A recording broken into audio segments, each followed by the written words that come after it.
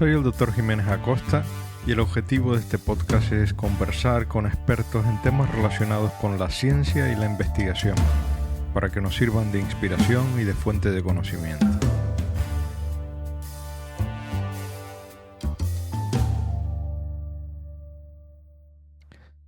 Eduardo, siempre empiezo los podcasts hablando un poquito sobre la formación de los investigadores que tengo como invitados, ¿no? Entonces quería que un poco hablaras sobre qué fue lo que te indujo a ti a dedicarte a la medicina y luego a hacer la especialidad de odontología. Si fue alguna tradición familiar o fue algo que tú lo tenías claro ya de forma vocacional. ¿Cómo fue? Pues yo creo que soy una vocación tardía. Fue puramente ocasional. Yo durante el bachiller, mm, mi gran afición era el deporte y mi gran pasión era el deporte. Entonces, mi idea era ser un deportista profesional. Ah, sí, ¿eh? ¿En Yo, en qué modalidad? mira, yo estaba en aquella época en el equipo nacional de esquí náutico. Llevaba un montón de años compitiendo en esquí náutico y en el equipo vasco-navarro de esquí de nieve. Ujú, Y yo veía que mi pasión era el deporte. ujú, Entonces, cuando ya, pues yo creo que ya con 15 años, antes del COU, había que ir decidiendo por dónde íbamos. Mi padre era ingeniero sí, y yo lo que propuse, dije, bueno, pues estudio ingeniero, porque ahí sí que me doy cuenta eh, que cuando uno tiene que tomar estas decisiones, ujú, tiene muy poca información, o ujú, por lo menos fue mi caso. sí. Entonces, mi hermano estaba haciendo ingeniería, mi hermano mayor, y mi madre me dice, ¿y por qué no estudias otra cosa? Y pues dije un par de cosas y digo, medicina. Y mi madre dijo una frase que me marcó. Me dijo, ay, qué bien, así me cuidas. Ya. Y a mí, sinceramente, me pareció algo maravilloso Mm, poder estudiar algo que me pudiera dedicar no solo a cuidar a mis seres más cercanos, sino a cuidar a la gente. ujú, Y verdaderamente esa fue la razón por la que empecé a estudiar medicina, todavía muy focalizado en el mundo del deporte. Yo de mis matrículas en el bachillerato básicamente eran de gimnasia y ujú, cuando empecé la universidad, que todavía en mi época existía la asignatura de gimnasia, pues lo mismo, mis primeras matrículas fueron en gimnasia ajá. y pertenecía al equipo de rugby y era muy, muy activo en todo lo que tenía que ver con el deporte hasta que comenzó la asignatura de histología. Ajá. Y cuando empezamos a estudiar histología, a mí me subyugó el poder Ver. ponerte delante de un microscopio Sí, y ver sí, el organismo a nivel celular. Ya no quiero contar al mm. cabo de los años verlo a nivel molecular, ¿no? Es ¿Dónde algo hiciste, que perdona, dónde hiciste medicina? ¿En qué facultad? yo hice mis 3 primeros años de medicina en Pamplona, Ajá. donde el primer ciclo yo creo que era muy práctico, donde yo diría que es donde metieron el virus de la investigación. Luego hice el segundo ciclo en la Universidad de Salamanca, porque tenía un tío mío que era catedrático en Salamanca y me dijo que le parecía que estar licenciado en Salamanca, pues tenía, y además era algo cierto, el segundo ciclo en Salamanca era excelente. Había Ajá. un plantel de profesores, sobre todo en Mm, medicina interna, sí. precisamente en Si- hematología, extraordinario. Sicinio de Castro, ¿no? Era el que... Yo, pues es que y yo lo tuve a Sisinio de profesor, todos y estudiamos con su libro de medicina interna, ¿no? un libro extraordinario. Fíjate Extraordinario, que sí, sí. yo lo tuve de profesor y de paciente, Ah, sí. Mm, porque yo en quinto de medicina ya tenías que ir tomando decisiones. Yo veía que tenía una razonable habilidad manual, porque yo cuando ya había que tomar esa decisión, no pensé qué es lo que me gustaba, pensé para qué valía, ujú, pensé verdaderamente cuáles eran mis capacidades. mm, Yo ya estaba muy, muy enfocado en la Ujú, medicina y muy enamorado de la medicina. mm, Y entonces mi duda era si la ortopedia eh, o la cirugía maxilofacial. ujú, Estaba en los dos quirófanos, casi uno enfrente del otro, y ajá, claro, la diferencia era que el quirófano de traumatología, primero, olía a quemado, segundo, los martillos y los cinceles eran de este tamaño, sí, y en el de cirugía maxilofacial, que era enfrente, se operaba con microscopio, con castroviejos, sí, y yo dije, a mí me parece que esto va mucho más acorde con mi formación. ujú, Entonces me metí en el departamento de cirugía maxilofacial con la enorme suerte que se acababa de crear el Hospital Clínico Universitario de Salamanca, recientito, recién estrenado, y que cuando yo me acerco pues al departamento de cirugía maxilofacial con una persona que marcó mi vida, que es el doctor Cirulo, Paco Cirulo, le digo, bueno, pues me encantaría ver si podría incorporarme de alumno interno para ver si verdaderamente esta es la ujú, especialidad que quiero hacer. Y me dijo, ujú, ¿cómo? Encantado. Y además vente conmigo a quirófano, que me bajo a quirófano. ujú, Y así arranqué. Fue un paso de ahí al quirófano, y a partir de ahí, como el departamento era él y un auxiliar, pues pasé a ser el segundo de a bordo y ya prácticamente sexto de medicina. Podríamos decir que en aquella época hacíamos el rotatorio, yo ya era prácticamente R1, ajá, y ya pues de 8 de la mañana a 5 de la tarde, pues mientras estudiaba medicina, estudiaba las noches, y ujú, durante el día, pues, y allí le conocí a Sisinio, y le tuve que hacer alguna intervención. qué bueno. O sea, que tuviste ya durante la carrera experiencia quirúrgica. Luego hiciste odontología. ¿No te atrajo más hacer cirugía maxilofacial? ¿No No, yo pudiste? estaba en el servicio de cirugía maxilofacial. Lo Ujú, que pasa es que, acorde a mi edad, era cuando nacía la cirugía maxilofacial en España. Era ajá, cuando nacía la especialidad. En aquella época, yo solo con estar en el departamento terminaba de cirujano maxilofacial. Creo que en aquella época estaba ahí entre 2, 3 años lo que te exigían de estar de residente, y salías de cirujano maxilofacial. ujú, Pero ya se empezaba a hablar de que era conveniente pues hacer estomatología para que ajá, los cirujanos maxilofaciales además tuvieran la especialidad de estomatología. Yo me apunté en estomatología, aprobé el acceso, empecé a estudiar estomatología después de estar 2 años de residente de cirujano maxilofacial, e hice la especialidad de estomatología ya en Bilbao, porque tampoco había ajá, tantas facultades en España en aquellos momentos. correcto. Has mencionado a Paco Cirulo como uno de tus grandes influencias, ¿no? Todo investigador tiene normalmente una o varias personas, mentores, que han influido mucho en su desarrollo profesional, ¿no? En tu caso, ¿quiénes han sido los mentores fundamentales en tu vida Bueno, profesional? Paco es el que me llevó de la mano. Era un apasionado, y además estábamos los dos, o sea, no había más. Entonces tuve el privilegio de estar con él hombro con hombro pues durante esos 2 años. Luego iba con él a sus cirugías privadas, por lo tanto tuve una relación estrechísima y se volcó, le apasionaba enseñar.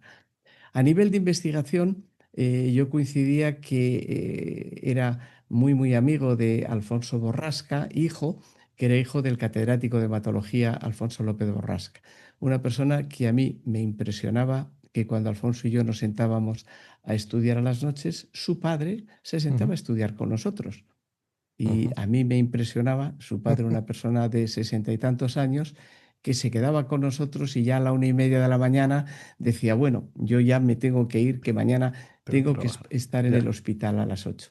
Ujú, Y me impresionó esa pasión por el conocimiento. Hay que tener en cuenta que Alfonso Borrasca ha sido, en todos sus discípulos, han sido los que han continuado con todo el tema de las stem cells, con todo el tema de las células madre, con todo el tema de la ingeniería tisular a nivel celular. han sido ujú, sus discípulos, con los que ujú, tuve la suerte, pues lógicamente, de compartir mesa y mantel en muchísimas ocasiones, ¿no? ujú, ujú. ¿Y alguno más? ¿Tuviste experiencia en el extranjero después de acabar Sí, tu... mis inicios en Salamanca, estas fueron quizá las dos personas que más marcaron mi vida. Luego ya cuando seguí mi especialidad en el área de periodonza, porque yo cuando hice ya estomatología, a mí la oncología no me gustaba nada. La oncología que hacíamos en aquella época era resectiva, Sí, no era reconstructiva. Hoy en día sí, es resectiva y reconstructiva. En aquella época lo único que hacíamos era quitarnos media cara, era claro. Mm, terrible. sí, Entonces dije, bueno, el área de la periodoncia y de la cirugía oral mataba mi gusano quirúrgico y mm, entonces una clínica en Madrid, que fue la primera clínica de periodoncia en España, la clínica Alpe con Manolo Fernández, Andrés Pérez y Paco Martos, me acogieron de nuevo también como un amigo, discípulo, y ellos me marcaron mucho mi vida. Otra ujú, persona fue Ramón Antín en San Sebastián, que era porque claro, la odontología para mucha gente no es tan conocida, que hay un montón de subespecialidades. mm, Entonces yo estaba en Vitoria haciendo periodoncia, no tenía ningún prostodoncista de referencia, el único que había en el País Vasco en aquella época de referencia era el doctor Antín en San Sebastián. Yo contacté con él, iba a hacerle la cirugía oral a su consulta y de paso pues a aprender ujú, prótesis con él, y él inmediatamente me dijo: Eduardo, te tienes que ir a estudiar a Estados Unidos. Él había estudiado su posgrado en UCLA y tuve allí mis dudas de irme unos años a Estados Unidos, pero mm, encontré un programa de formación continuada en el Punk Institute, que estabas allí un par de semanas, volvías, ibas, ujú, volvías, y me permitía algo que en nuestra especialidad es fundamental: ir haciendo equipo. O sea, ujú, no es adquirir una gran formación y de repente llegar a tu casa y decir, bueno, y ahora tengo que empezar de cero, mm, sino el ir construyendo poquito a poco todo el equipo y adquiriendo formación e implementación de esa formación en lo que era mi día a día. ujú. Y bueno, comentaste antes sobre el tema de los implantes, claro. Cuando empezaste, digamos, tu actividad profesional eh, y lo que es actualmente la odontología, el cambio ha sido abismal, brutal, ¿no?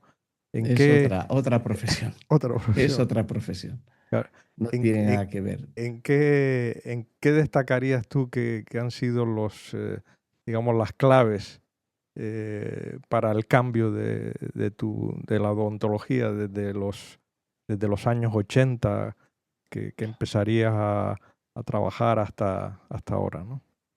De los L- primeritos, de los 80. En el año 79 ya estaba dedicándome a la cirugía oral y efectivamente yo ya era estomatólogo pues en el año 82, 83, y comencé mi práctica privada, pero continuando con una formación continuada.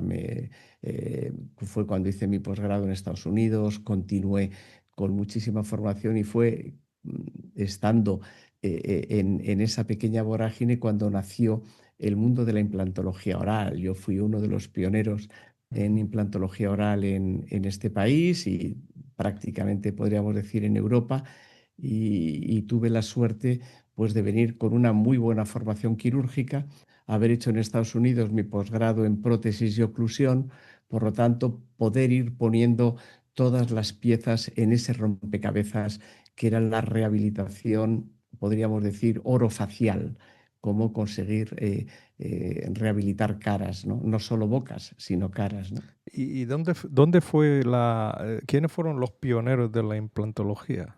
¿Fueron americanos, europeos? Es curioso la historia, porque los primeros pasos en la implantología oral fueron muy científicos, fueron personas intuitivas. En Italia, Tramonti; en Estados Unidos, otra persona, Lincoln, con las láminas de Lincoln, pero fue Branemark, un sueco, el que, haciendo un trabajo de investigación, se dio cuenta que el titanio se soldaba con el hueso. Y teniendo un bagaje universitario, hizo los primeros estudios científicos con una cierta base. Teniendo en cuenta que no fue el pionero, pero sí fue el pionero en poner unas bases sólidas y científicas. Ujú, Bases que con el devenir de los años se han ido transformando totalmente, ujú, pero yo fui con el que aprendí y con el que fuimos de la mano unos cuantos años hasta que nos dimos cuenta que se había quedado muy anclado. Y bueno, la implantología oral ha seguido una evolución vertiginosa ujú, durante estos últimos 35 años. ujú. Has comentado del titanio, ¿no? El titanio que es un material que se queda anclado al hueso sin reaccionar y producir una reacción al cuerpo extraña, imagino, Es ¿no? el ¿Cómo es? material aloplástico y nosotros en el laboratorio, que luego hablaremos, tenemos un departamento de biomateriales y de superficies. Hemos testado todos los materiales habidos y por haber, y hoy por hoy sigue siendo, no tiene nada que ver con el circonio, sigue siendo el material biológicamente eh, mejor tolerado por el organismo. Lo que ha cambiado muchísimo es porque el titanio es algo muy genérico. Mm, Hay muchos tipos de titanio, muchas mm, calidades de titanio y muchos tratamientos superficiales del titanio donde, fíjate, nosotros hemos desarrollado unas cuantas patentes y quizá una de las patentes más relevantes, que es no solo un tratamiento superficial, sino implantar iones de calcio mm, al titanio de tal manera que conseguimos una interfase biológica entre el titanio y el hueso mm, más rápida y más eficaz. Por lo tanto, mejora de la osseointegración que obtenía Branemar, de lo que se llama el bone implant contact, o sea, el contacto implante-hueso, pues casi lo hemos aumentado por tres, ¿no? ujú, En estos momentos. Por lo tanto, mucha más predictibilidad, una implantología mucho más predecible, más segura, pero encima, con muchos trabajos que hemos hecho de biomecánica, conseguimos hoy en día lo que podríamos decir la mínima cantidad de titanio eficaz.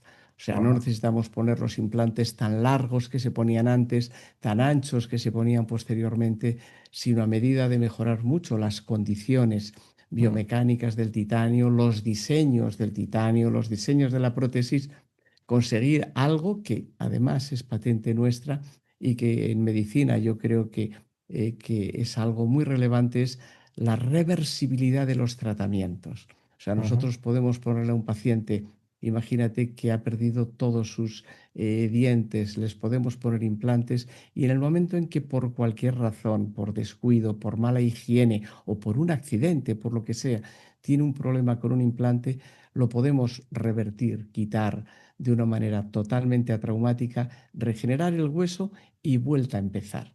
ujú. De tal manera que podemos verdaderamente hoy en día intercambiar piezas sin ningún coste biológico y de una manera muy poco invasiva con un enfoque muy biológico. Ya, ya, ya. Todavía hay algunas personas que no son candidatas a implantes.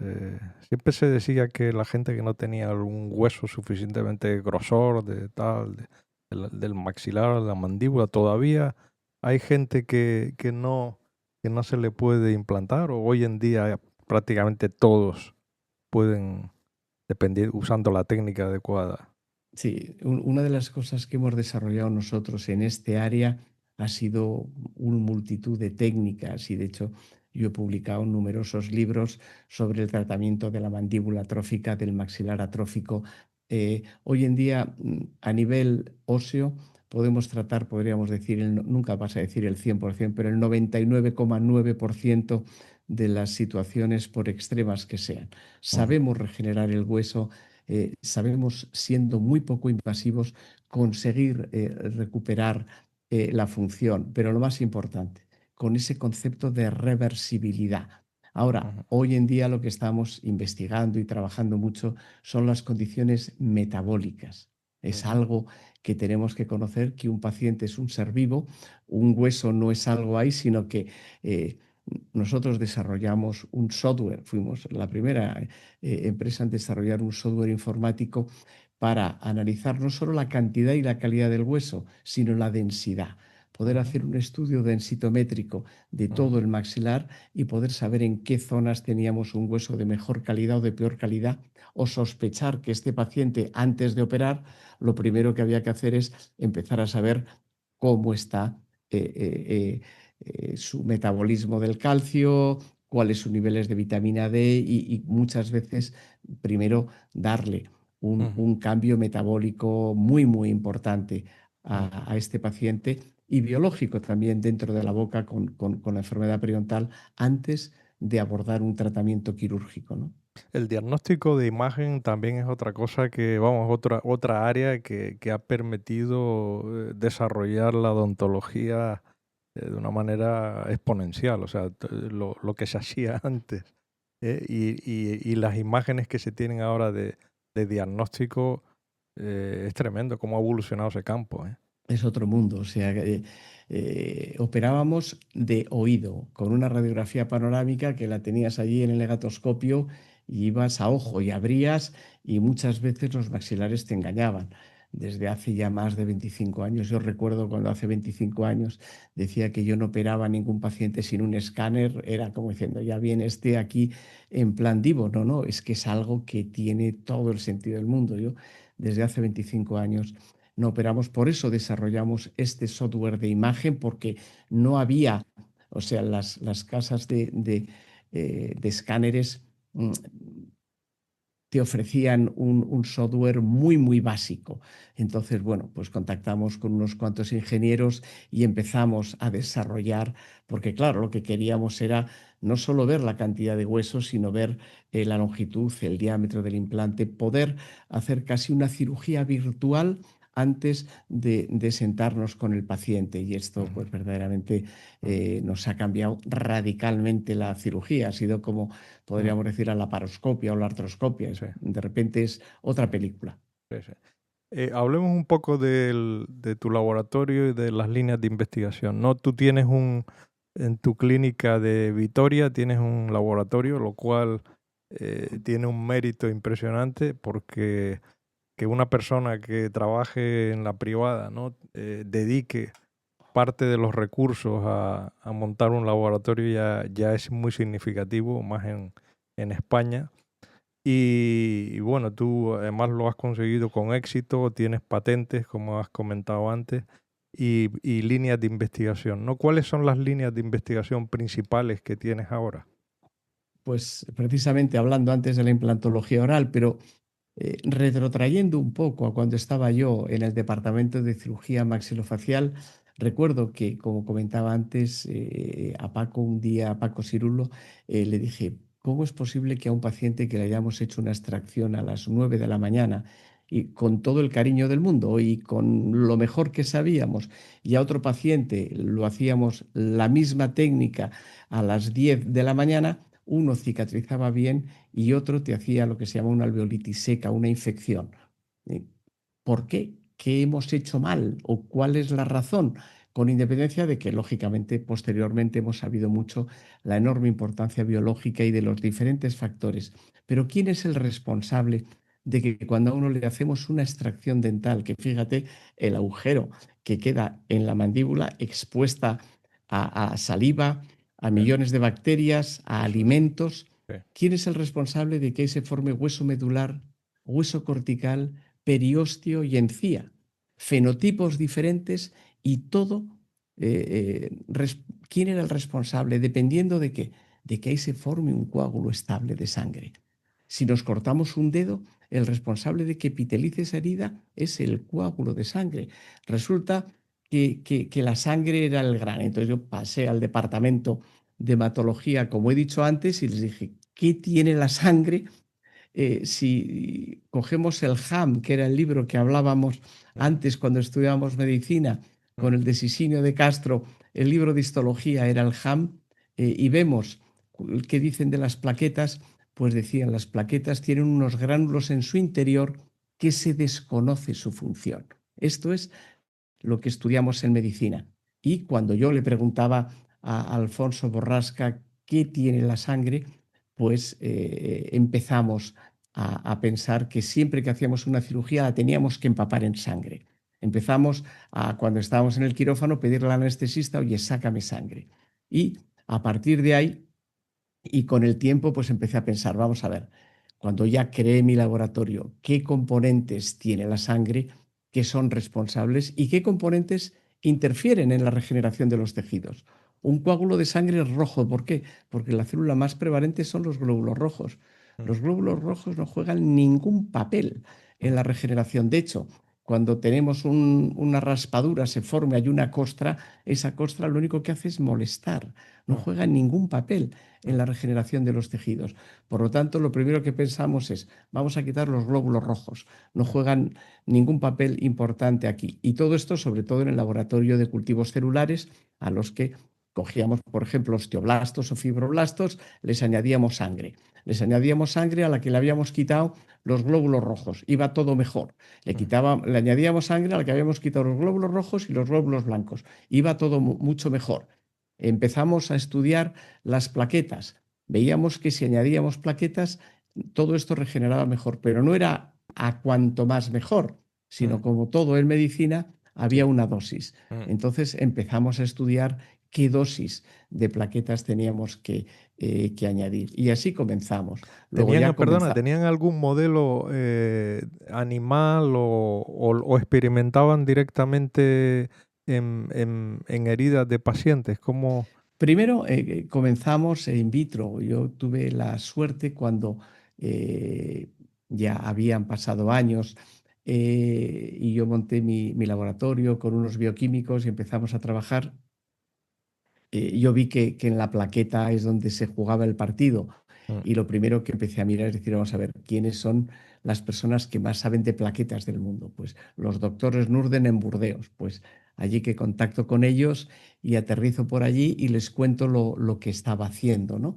ujú, Y entonces con ellos montamos ya modelos, sobre todo primero con cultivos celulares, el siguiente paso fue con animales y el siguiente paso fue con animales de dos patas, ¿no? Con los que mm, empezamos ya a testar y ujú, a probar lo que hacíamos porque parecía que tenía todo el sentido del mundo que a una persona que le íbamos a hacer una extracción dental, pues si le hacíamos previamente una extracción de 20 centímetros cúbicos de sangre, esa sangre la procesábamos sin añadir ningún tipo de reactivo, nada más que un anticoagulante y posteriormente calcio, pues conseguíamos que esa herida cicatrizara muchísimo mejor.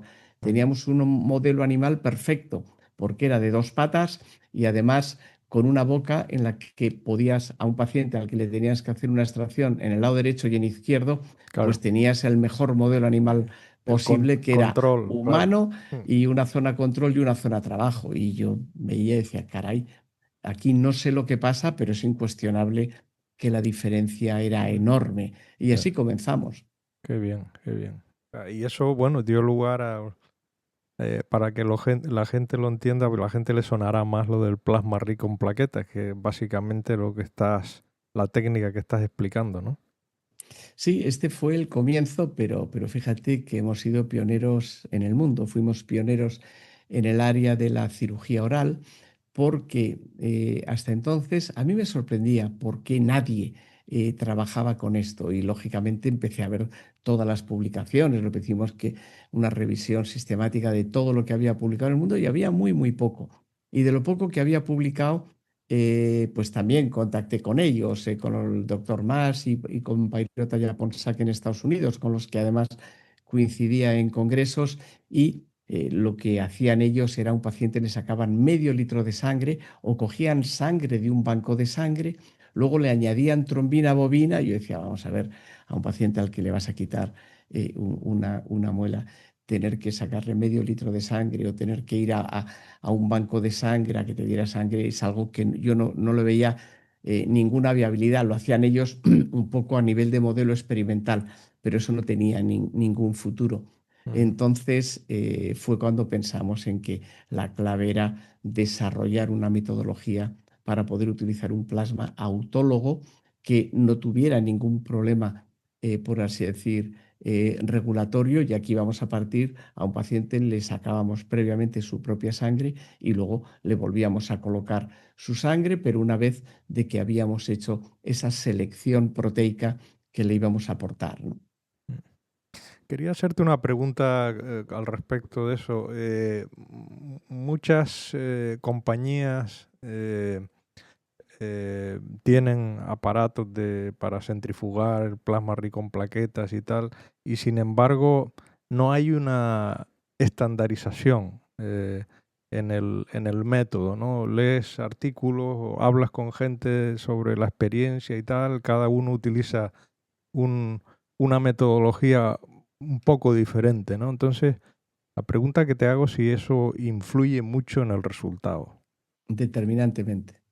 O sea, nosotros, eh, si hay algo que hemos intentado desde el principio, comenzamos esto hace más de 35 años, ir dando pasos, es verdaderamente, primero, que el procedimiento fuera a partir de un mínimo volumen de sangre. Segundo, que el plasma fuera 100% autólogo, que es donde tuvimos el, el primer escollo, ¿no? Porque obtener una pequeña cantidad de sangre, dar con cuál era el mejor anticoagulante, porque todo lo que estaba publicado era con ACDA y vimos que el citrato sódico no interfería con los receptores de las plaquetas, por lo tanto era el camino que teníamos que seguir, pero todo el mundo utilizaba trombina bovina. En aquella época, acordémonos del tema de las vacas locas, en Europa estaba totalmente prohibido utilizar trombina bovina. Entonces, eh, esto fue una idea, por así decir, de reflexión, es decir, vamos a ver, si el anticoagulante, el citrato sódico, lo que es un quelante del calcio, yo quito el calcio, que es un factor de la coagulación, y paro la cascada de la coagulación. Lo que tengo que hacer es añadir calcio. ¿Qué sucede? Que el calcio tiene una característica muy, muy particular. El calcio a una dosis nano es procoagulante y cuando incrementas la dosis tiene el efecto contrario. Entonces, ¿qué le pasaba a la gente que lo había probado? Usaban un anticoagulante, añadían calcio, cloruro de calcio, la fórmula que fuera, y no coagulaban. ¿Y qué hacían? Más calcio y más calcio y no coagulaba. Entonces, ¿qué hacían? Pues le añadían trombina bovina y coagulaba en el acto. Entonces, ese fue quizá el punto de inflexión fundamental en nuestra investigación, fue que para obtener un plasma 100% autólogo, que era, por así decir, el requisito básico que yo dije, tenemos que activar el calcio, la sangre exclusivamente con calcio, Ujú, citrato sódico y posteriormente añadiendo calcio. Y ujú, dimos con la dosis, que era una dosis nano, para conseguir revertir la cascada de la coagulación. ujú, Quizá ha sido el hito, que además es patente nuestra, más ujú, importante en nuestra trayectoria investigadora, haber ujú, conseguido revertir la cascada de la coagulación sin necesidad de utilizar ninguna proteína de origen animal. ujú. Em, Otras líneas de investigación que estén llevando ahora en tu laboratorio. Tu laboratorio, por ejemplo, ¿cuánto personal tiene? Para hacernos una idea, por ejemplo, Bueno, para que nos hagamos a la idea, nosotros ahora somos unas 400 personas y en el laboratorio dedicados full a la investigación, en el departamento de I+D, que es lo que yo dirijo sobre todo, somos 50 y tantas personas, wow. donde hay un equipo de médicos, de biólogos, farmacéuticos, eh, un equipo grande de ingenieros, hoy en día de informáticos. mm, Formaciones diferentes trabajando en una línea común, ¿no? Luego hablaremos de la investigación y por curiosidad hablaremos de cómo puedes financiar eso, porque uno de los problemas de la investigación en España es la financiación y tú haciéndolo en plan privado, me resulta curioso, ¿no? Cómo puedes financiar un departamento tan grande, ¿no? Bueno, tú has mencionado una palabra que ha sido el motor de mi trayectoria investigadora, y es la curiosidad. Eh, yo no podía dormir si no entendía el por qué conseguía que todos los pacientes me cicatrizaran bien, o conseguía optimizar estos resultados. Y mis inicios pues mi financiación, yo no sabía ni que existían ni subvenciones, yo empecé a financiarlo todo, pues prefería dedicarle más horas al trabajo para poder financiar mi investigación y la financiaba pues 100% de mis propios recursos hasta que llegamos a algo que tú has mencionado de cómo conseguir protocolizar y estandarizar todo esto. Hay que reconocer que nuestras autoridades sanitarias no han ayudado mucho en esto. ¿eh? Podemos decir que no han ayudado entre poco y nada. ¿Por qué razón? Hace 35 años yo toco la puerta del ministerio y le digo, oiga, mire, estoy trabajando con un plasma rico en plaquetas autólogo. ¿Esto qué es? Uf, vaya al Carlos III, del Carlos III, uy, vaya a la agencia. Todo el mundo se quitaba la pelota. mm, Nadie te decía qué requisitos legales mm, tenías que cumplir. Es decir, oiga, que lo que yo quiero es conseguir protocolizar esto, precisamente que no suceda lo que tú has dicho, mm, donde nuestras autoridades sanitarias, no solo españolas, sino europeas, son muy responsables mm, de no haber exigido esta protocolización mm, y han permitido que haya mucha gente que los que queremos hacer las cosas correctamente te ponen unos requisitos a veces casi insalvables, entonces va todo el mundo por debajo del radar y a los que van por debajo del radar, pues la gente mira para otro lado. sí, Y esto sí, es lamentable. Lo que has mencionado antes, a mí me parece terrible que en este país el 90% de los PRPs o de los plasmas rico en plaquetas que se utilizan es duro decirlo, pero no tienen los requisitos sanitarios que exige hoy en día la Agencia Española del Medicamento, pero van por debajo. Ojo, no solo en la sanidad privada, me estoy mm, refiriendo en la pública, sí, ujú, que ujú, no cumplen con los requisitos, sí, pero como tienen el paraguas de la sanidad pública, pues parece que lo que pasa ahí dentro, pues no le incumbe a nadie. mm, Oiga, que mm, aunque usted sea un responsable de un departamento de hematología, tenemos que cumplir la normativa todos, ¿no? sin duda. ¿Alguna otra línea de investigación que te interese?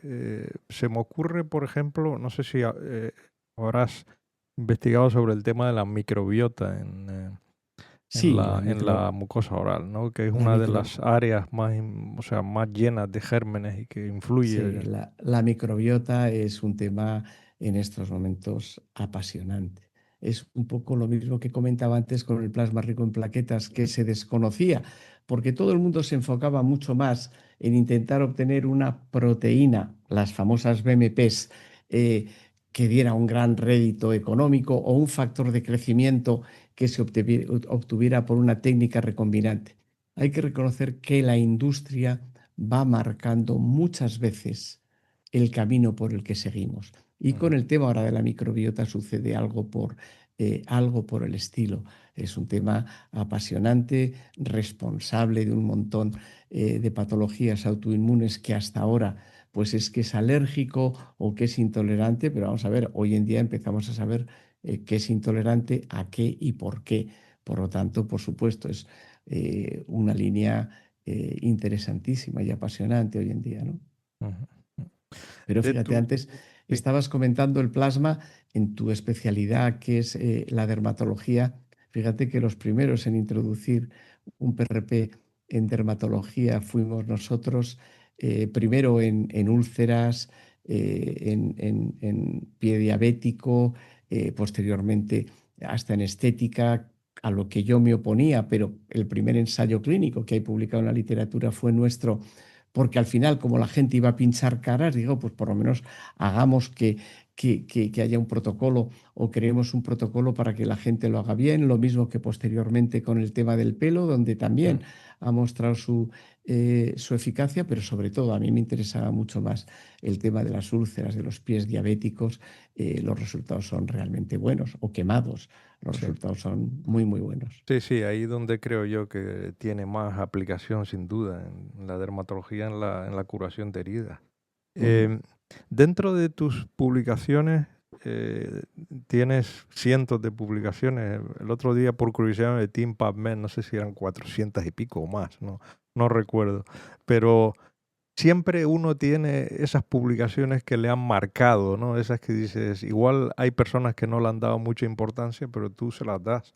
¿Cuáles dirías tú que es la publicación o las publicaciones más importantes que tú en las que tú has contribuido? Pues las icónicas, mira, quizá la primera previa a primera habíamos patentado posteriormente la primera publicación de publicar un plasma 100% autólogo en la literatura. Es una publicación nuestra en el año 99. Ujú, Luego, por ejemplo, primero las aplicaciones en el área de la cirugía oral y maxilofacial, pero también hemos sido pioneros en aplicarlo por primera vez en ortopedia. Imaginémonos hoy en día lo que es la prevención de la artrosis de rodilla, en la que también hemos sido pioneros, tratamientos de deportistas que por aquí, por Vitoria, pues han pasado todos los que os podáis imaginar para el tratamiento de lesiones tendinosas, ligamentosas, musculares, prevención y tratamiento de la artrosis. Esa ha sido una línea nuestra muy importante. Pero luego el salto siguiente fue la dermatología, donde también ujú, hemos publicado los primeros trabajos en la literatura en el área de la dermatología. ujú, Pero fijémonos un salto cuántico y ha sido, por ejemplo, en el área de la oftalmología. Desarrollamos un colirio para el tratamiento del ojo seco, hoy en día para el desprendimiento de retina, para el defecto macular, para patologías de desprendimiento de retina, para lesiones epitelizantes o lesiones en el epitelio de la córnea para trasplante de córnea. Ahí estamos ujú, metidos también. Hoy en día, otra línea, pues, por ejemplo, en el área del dolor crónico de espalda, también hemos sido pioneros en la aplicación del plasma con técnicas mínimamente invasivas, solo con una infiltración con una agujita, con un paciente sedado, dependiendo sobre todo si son cervicales o lumbares, con un paciente con sedación intravenosa, llegamos, podemos infiltrar en el lugar de la compresión los discos vertebrales, era imposible regenerarlos. Bueno, pues parece que tan imposible ya empezamos a ver resultados muy interesantes. Lo mismo que la artrosis en la columna vertebral, también hay cosas que se pueden revertir haciendo ujú, infiltraciones intraóseas en la columna. Por lo ujú, tanto, posteriormente en cirugía general, o sea, va habiendo un montón de aplicaciones de esta ingeniería tisular pero ujú, basada en proteínas. Toda la gente que trabaja hoy en día con stem cells trabaja con nuestros protocolos de ujú, preparación de un medio de cultivo, hoy en día en una especialidad pues tan sorprendente como es, por ejemplo, en fecundación in vitro, ¿no? Algo ujú, que, pues también por casualidades de la vida, pues yo pensé que al final, que es una menstruación, pues un cambio, se produce, hay una hemorragia para regenerar todo este epitelio. ujú, Mujeres que no tienen esa capacidad, por ujú, lo mismo que comentábamos antes, pues estamos consiguiendo mejorar la calidad de su endometrio y de ujú, allí hasta los cultivos, por ejemplo, tanto de espermatozoides como mantener a un paciente al que le aspiraban un óvulo, lo mantenían en suero bovino fetal. Dije yo, ¿y cómo no lo hacemos con el suero del propio paciente o con el plasma del propio paciente, con el secretoma? Nos metimos en este mundo hasta hoy en día, rejuvenecimiento ovárico, que lo estamos haciendo con infiltración en los ujú. ovarios. Entonces, vemos que hemos ido, por así decir, desarrollando toda una línea en terapia regenerativa, pero centrados en proteínas y, ¿por qué no? Le podemos añadir células, podemos añadir biomateriales, pero donde el medio de cultivo son siempre las proteínas del paciente. Claro, para investigar en tantas áreas tan diversas, me imagino que una de las claves tuyas importantes era establecer colaboraciones Sí, por con supuesto. otras especialistas y cuanto mejores sean esas colaboraciones, mejor, claro. Eso es Sí, sí, fundamental, ¿no? algo que hicimos desde el minuto uno. O sea, aquí lo que no podemos ser es todólogos, ¿eh?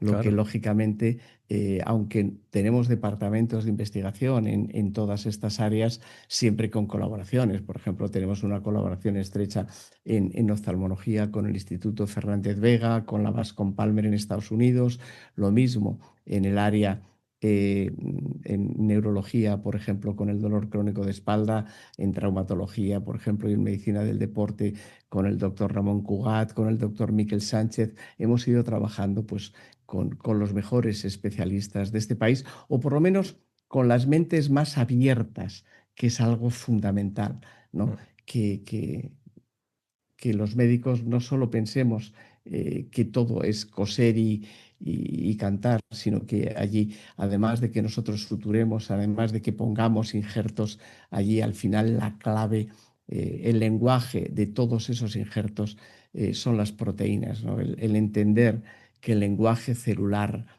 son las proteínas, pues eso ha sido yo creo que un gran cambio que hemos introducido en este campo apasionante de la ingeniería tisular. Mm.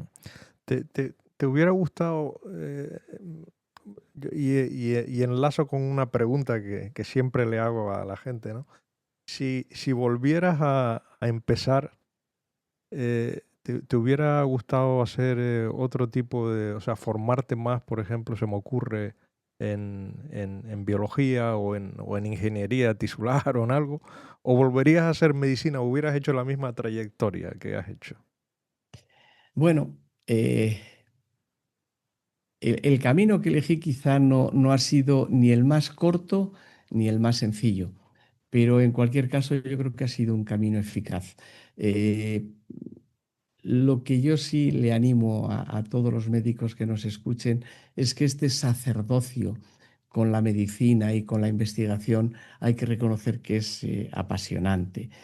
Tanto tú como yo, que no somos ningunos niños, yo llevo 45 años, me estoy quitando algún año, de médico ya, Ujú. eh, pues la vida ha sido apasionante y en estos momentos tenemos un montón de líneas de investigación y un montón de camino por recorrer por delante. Por lo tanto, sí que es cierto que, por ejemplo, hoy en día, pues con esta locura de idiomas en nuestro país, bueno, yo creo que un médico, un bilingüismo con el inglés para mí ha sido fundamental porque mi segundo idioma fue el francés, que me ayudó en algunas cosas, pero hoy en día, pues yo creo que tener o ser bilingüe en inglés es una ayuda Sí, importante. sin duda. Quizá es algo a lo que yo sí que le hubiera puesto más ímpetu desde el principio, aunque yo empecé a Sí. estudiar en Berkeley ya en los años 80 y luego posteriormente, no sé, Mm. yo viajo a Estados Unidos.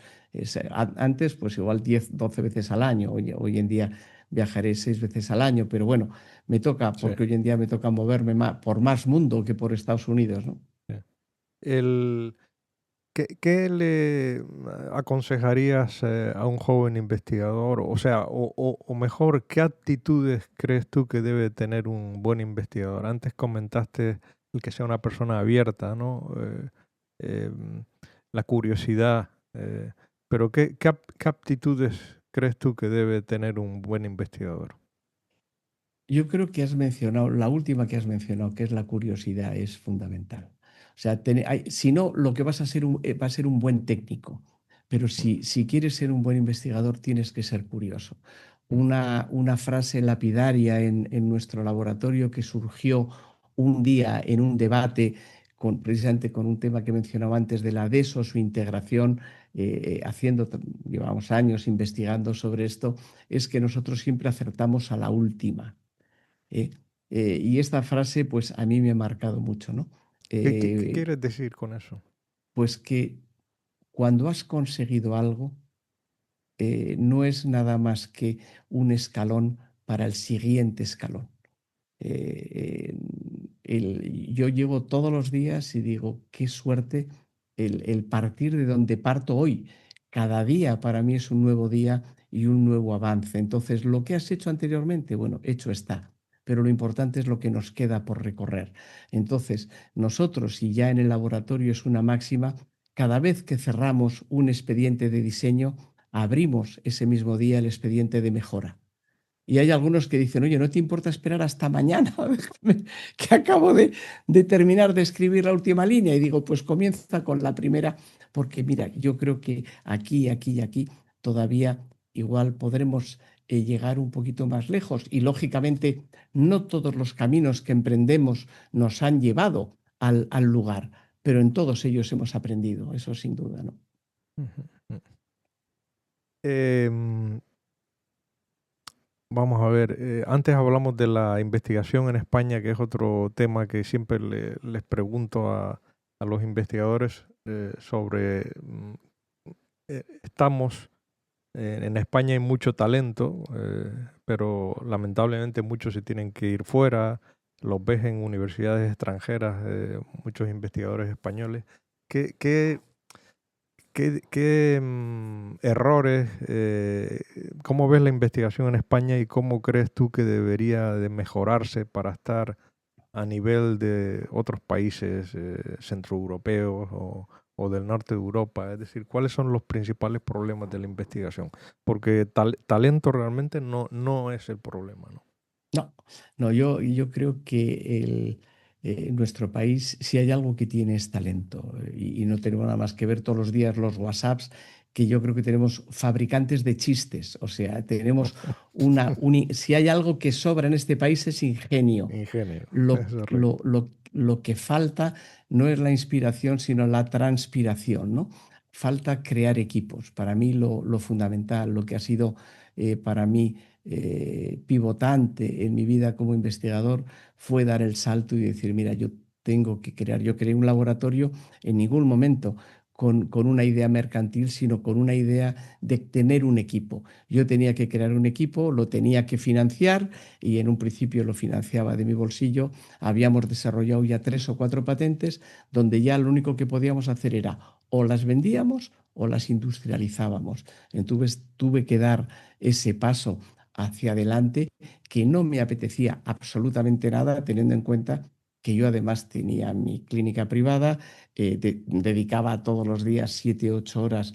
Bueno, en aquella época al principio igual dedicaba 12 o 14 horas a mi clínica privada. Lo que tuve claro es decir, vamos a ver, Eduardo, si quieres investigar, empecé a quitar horas de clínica para dedicarle horas a la formación, horas a la investigación y posteriormente pues ya prácticamente mitad de la jornada yo hago trabajo, yo siempre digo que media jornada de 8 de la mañana a 8 de la noche. Entonces en esa media jornada pues 6 horas se la dedico a la clínica y 6 horas se la dedico a la investigación, o 7 y 5 dependiendo del día, ¿no? Ujú, Y yo veo ujú, fundamental ujú. la dedicación, Sí. fundamental. Ujú, Segundo paso, crear equipos. Es ujú. imposible que uno consiga, y muchas veces rodearte de buenos Sí, técnicos, o sea, sí, de gente que tenga esa pasión por la investigación, pero igual no tiene esa mente tan inquieta, pero es sí, gente que te hace unas preparaciones perfectas o que con el microscopio electrónico pues te hace unas imágenes sí, fantásticas. sí, Pero luego yo intento a todos meterles yo siempre digo el virus, o sea, yo al final, sí, todos los que nos gusta la investigación, pues no sí, tenemos ningún mérito, pues sencillamente hemos sido contaminados, nos sí, han inoculado el virus, sí, y es el virus de la curiosidad, que sí. por otra parte, bienvenido sea, ¿no? ¿Estás afiliado a alguna universidad en Sí, Vitoria? Mm, vamos, yo creé el primer posgrado, fíjate, en implantología oral hace 35 años. En aquellos momentos no estaba adscrito a ninguna universidad. Yo entonces ya era profesor, fui profesor de la Universidad del País Vasco, luego de la Universidad de Valencia, luego he sido profesor pues, de 7 u 8 universidades en Estados Unidos. He ido pasando pues, pues, por diferentes universidades, tanto por Pensilvania como por Harvard, por Tufts, por la Universidad de LSU, por numerosas universidades en Estados Unidos, y es donde te das cuenta ¿y por qué no aquí?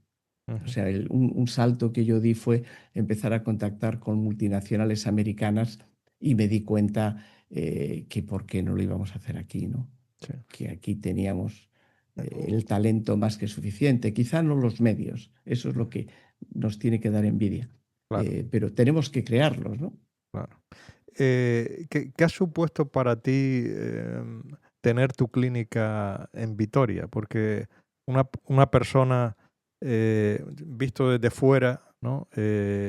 Podría imaginar que el haber vivido y haber localizado tu centro en Vitoria igual te hubiera dado más proyección el haber estado en una gran ciudad y tal. Sin embargo, has elegido mantenerte fiel a tus raíces, ¿no? ¿Qué ha supuesto para ti ¿Crees que ha sido positivo haberte mantenido en Vitoria? Igual no lo hubieras hecho en otro lado. A nivel familiar, sí, porque mi familia es de aquí, pues ancestralmente, desde hace 500 años. Yo nací en Vitoria, mi padre, mi abuelo, mi tatarabuelo, y tienes vínculos emocionales. Por lo tanto, a nivel familiar, el tomar la decisión de que mi familia se formara y creciera en Vitoria fue una decisión personal. Yo he sido profesor, como te mencionaba antes, de un montón de universidades en diferentes países lógicamente en todos ellos me han ofrecido trabajo y me han ofrecido la oportunidad de, no hace mucho en países árabes, oiga, dígame usted qué quiere aquí. Y yo se lo monto.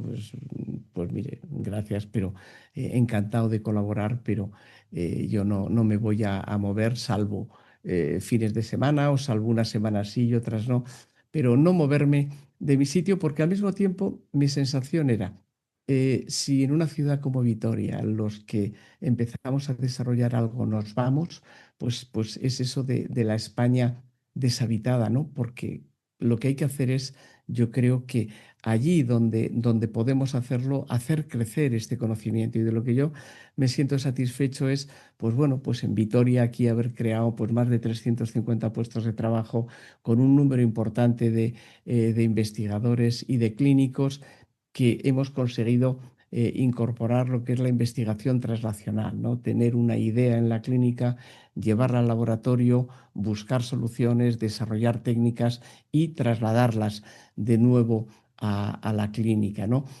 Vitoria, lo único que me ha ofrecido ha sido dificultades en el sentido en que, lógicamente, a la hora de formar un gran equipo, a la hora de buscar un ingeniero de superficies o en metabolómica o un ingeniero, me da igual, o un biólogo molecular, pues Vitoria tienes menos oferta que la tienes en Madrid, Barcelona, en Nueva York o en Tufts o en Boston, Claro. sin lugar a dudas. Pero bueno, pues esa es una dificultad que hemos ido superando y hay que reconocer que este país, a la hora de buscar dificultades, también somos pioneros, ¿eh? Somos capaces de poner un problema donde estamos ofreciendo una solución, ¿no? Mm, Este es un país que siempre pensó que investiguen los americanos mm. y entonces cuando se nos llena la boca a decir, ¿y qué hacemos en este país? Yo siempre digo una cosa, sí, yo no quiero subvenciones, con que no me generen problemas ya me doy por satisfecho. Claro, efectivamente. Me encuentro, hablo de instituciones como la Agencia del Medicamento, como tal, que al final se convierten en burócratas que en vez de ser conscientes que tienen que estar al servicio del investigador, Sí, están como el gran auditor sí, de yo soy el tribunal y usted pasa o no pasa. sí, sí, Oiga, si yo no vengo a sí, examinarme, ya me he examinado mucho en mi vida, sí. vengo a presentar y si usted cree que hay algo que tengo que mejorar, dígame en qué. Es que en eso no hemos aprendido mucho, es curioso. Yo cuando el primer año que fui a Estados Unidos, una de las cosas que más me llamaba la atención de aquel país es cuando ibas a alguna institución pública a solucionar algo, lo que te decían es, How can I help you? ¿Cómo te Exacto. puedo ayudar? No, that Aquí is no te, true. aquí no te dicen cómo te puedo ayudar, aquí es No, no, aquí pega vaya a tras otra pega. ventanilla. No, a Eso es. otra Tiene que ventanilla. rellenar este papel, tal, nos lo mandan, no sé qué. Hoy el que lleva ese departamento hoy está de vacaciones o está con gripe. ¿Y cuando vuelvo? Uy, cuando se le pase la gripe. Oiga, pero vamos a ver. Esto que antes se comentaba, pues sigue siendo así. Sigue O siendo así, sea, sí. el agilizar. Yo siempre digo, solo pongo un ejemplo. Yo ahora mismo estaremos envueltos en 6 o 7 ensayos clínicos. Es normal que una persona que tiene la inquietud de hacer un ensayo clínico, lo único que buscan es cómo encarecer ese ensayo clínico.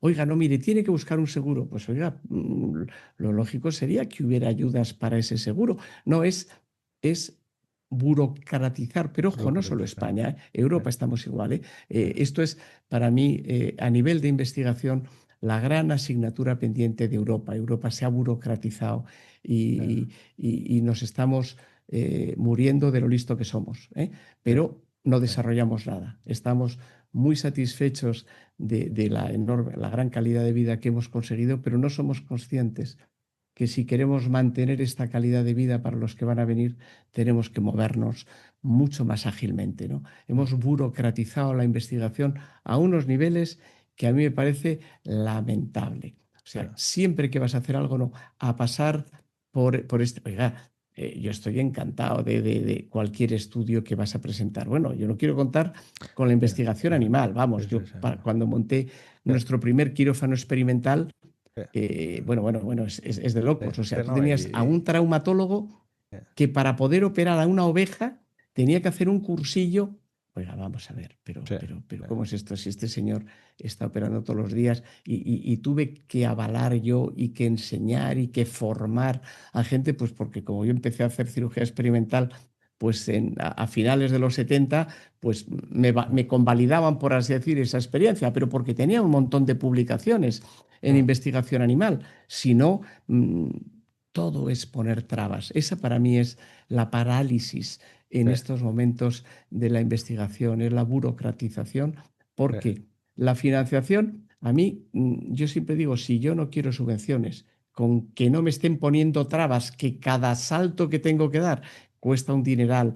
En estos momentos lo que digo, cada ensayo clínico en este país cuesta una fortuna porque lo han burocratizado, podría costar muchísimo menos. Y esto no quiere decir que no se hagan las cosas siguiendo unas normas estrictas de las que soy absolutamente partidario, pero se puede ser mucho más ágiles. Ayudando, claro. Bueno, para ir acabando, Eduardo, quisiera, hablaste antes del... bueno, hay una pregunta que te quería hacer antes que nada, que también es otra reflexión. En la época nuestra y en la época tuya, para ser odontólogo tenías que ser licenciado en medicina, luego ir los 3 años a una universidad a formarte como odontólogo, tal. Luego se cambió toda esta legislación y ahora hay una proliferación de odontólogos tremenda y que ya... ¿tú crees que esto ha aportado algo positivo o eres más partidario, o hubieras sido más partidario de mantener la formación de médicos? ¿Cómo lo ves, no, en perspectiva, no? El problema es que como he sido actor de toda esta transformación y la he vivido y como profesor de universidad, porque antes me has preguntado, yo ahora en Vitoria, el centro de formación es un instituto universitario adscrito a la Universidad del País Vasco.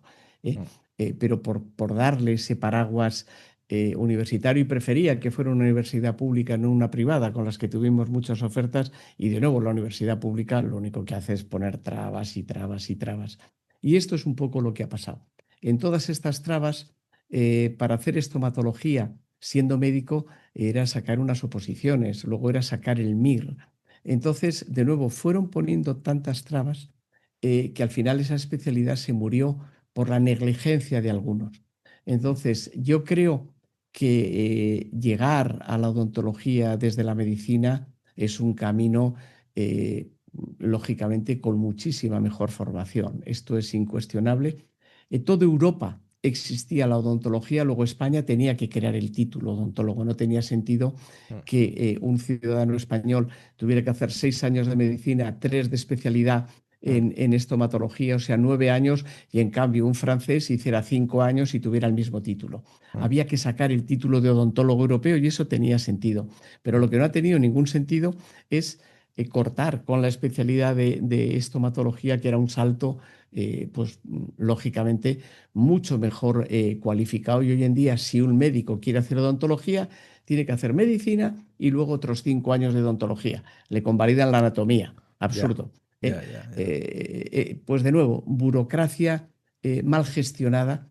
Yo creo que hemos perdido muy buenos estomatólogos que podían seguir, porque lógicamente un estomatólogo, el paso siguiente a la cirugía oral o a la cirugía maxilofacial, pues es un paso mucho más sólido que el de un odontólogo que viene con una formación mucho peor. Del otro que has dicho es la proliferación de las universidades privadas, que de nuevo pasamos de que en España no hubiera odontólogos, no hubiera estomatólogos, a de repente somos el país, creo que alrededor de 3 veces más producción de odontólogos que Alemania o que Francia. de claro, nuevo, cosas absurdas, cosas absurdo. Sí. mal reguladas y cosas mal estructuradas, ¿no? Sí. Háblame un poco de tus aficiones. Ya has comentado el deporte, ¿no? ¿A qué dedicas tu tiempo cuando no estás trabajando en tu clínica o en tu casa investigando tal? ¿Qué otras aficiones tienes fuera de la medicina? Bueno, fíjate, yo cuando he comentado antes que tomé la decisión de estudiar medicina fue que mi padre me dijo, Eduardo, que tu afición no sea tu profesión. Entonces, fantástico que te dediques al deporte, pero primero estudia una carrera. Hoy lo sorprendente es que mi mayor afición o mi mayor pasión es la investigación.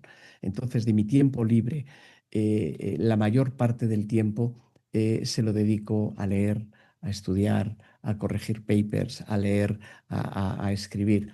Pero lógicamente el deporte es una parte esencial para todos nosotros y yo sigo cultivando el deporte, yo sigo todos los días eh, pues yendo al gimnasio 1 hora al día. Si estoy de vacaciones, pues igual en vez de una son dos.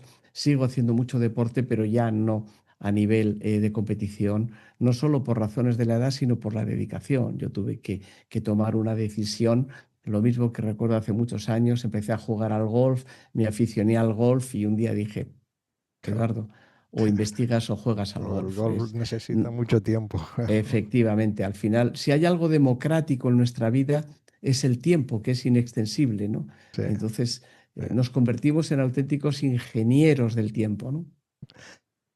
Recomiéndanos algún libro que te haya marcado o algún libro que estos que regalas a amigos, alguno que tengas en la cabeza, ¿cuál? Bueno, yo siempre tengo amigos y libros que me gusta regalar de amigos, ¿no? Yo, por ejemplo, tengo uno aquí del Mago Moret, que es un muy buen amigo que tengo por aquí unos cuantos y siempre que viene alguien se lo regalo porque me parece muy importante el promover los hábitos saludables y me parece importante.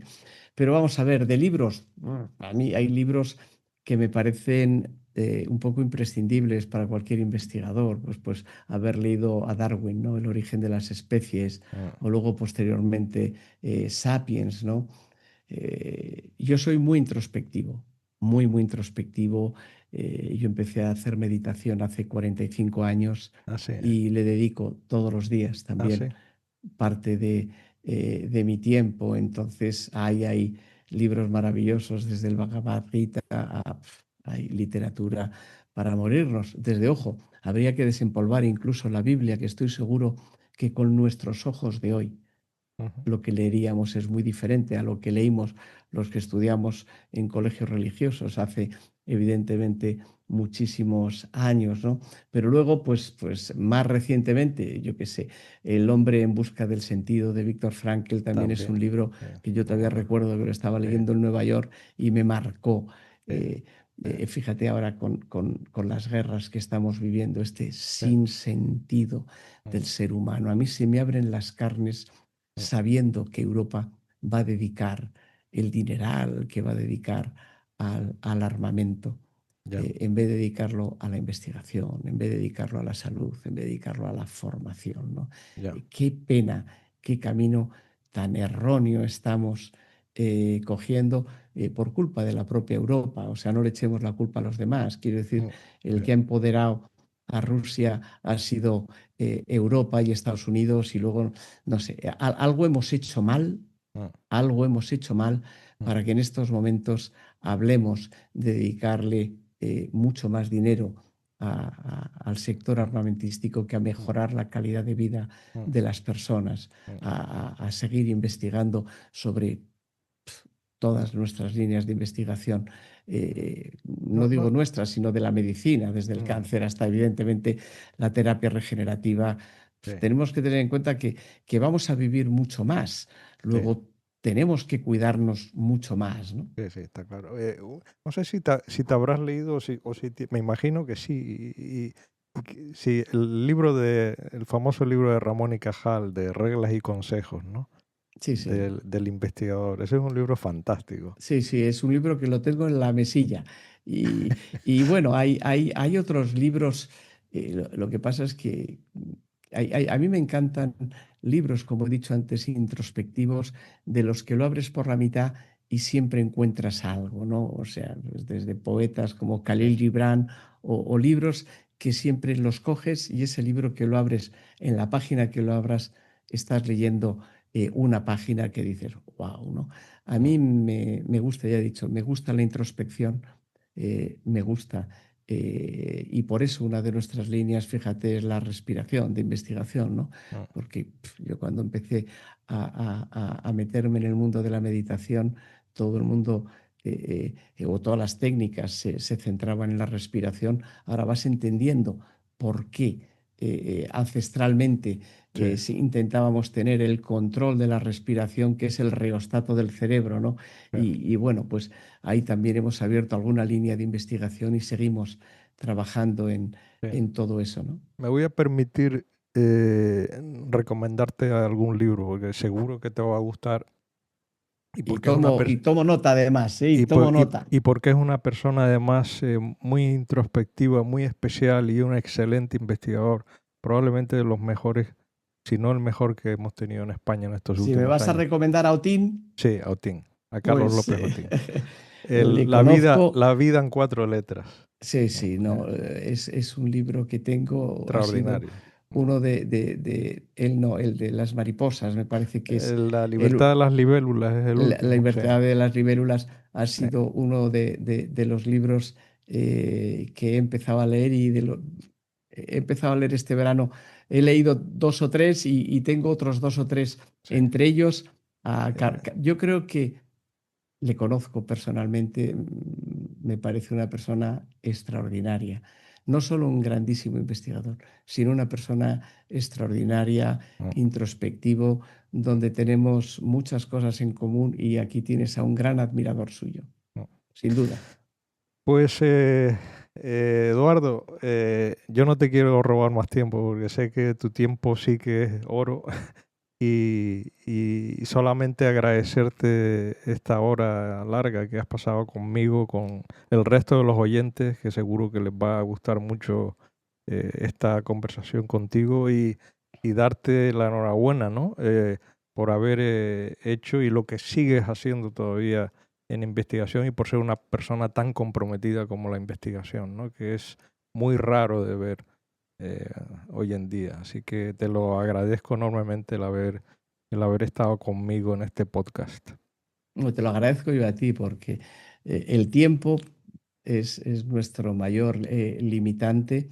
Que sepas que compartir el tiempo contigo, saber, te he escuchado algo, alguno de que eres una persona inquieta, que le dedicas tiempo a hacer hablar a investigadores. Y yo creo que es importante que se conozca, que la gente sepa que en este país se hacen muchas cosas, que hay mucho talento y que afortunadamente hay en líneas de investigación en las que este país, en las que España, pues estamos en la cabeza del podium, del ranking mundial en conocimiento, pero que hay un enorme camino por desarrollar y que afortunadamente yo de lo que me siento satisfecho es de ir a ver creando equipo, creando camino, porque desde luego el camino de la investigación solo se hace al andar y el destino es el camino. Así que bueno, Ujú, sigamos ahí ujú. con pasión y con dedicación. Muy bien, muchas gracias. Gracias a ti.